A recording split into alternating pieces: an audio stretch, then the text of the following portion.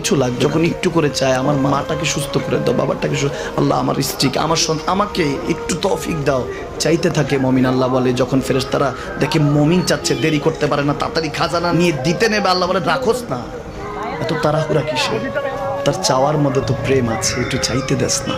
থাকুক না মুমিন আর একটু পেরেশান, থাকুক না, থাকতে দেস না, একটু থাক, একটু থাক। পেরেশানিতে রেখে আল্লাহ মজা নেয়, মহব্বত নেয়, মুমিনের অন্তর থেকে খুশবু নেয়। আল্লাহর বড় মায়া, মুমিন যখন চায় আল্লাহ তখন মায়ার নজর নিয়ে তাকায়, হায় হায় আমার বান্দা, সুবহানাল্লাহ।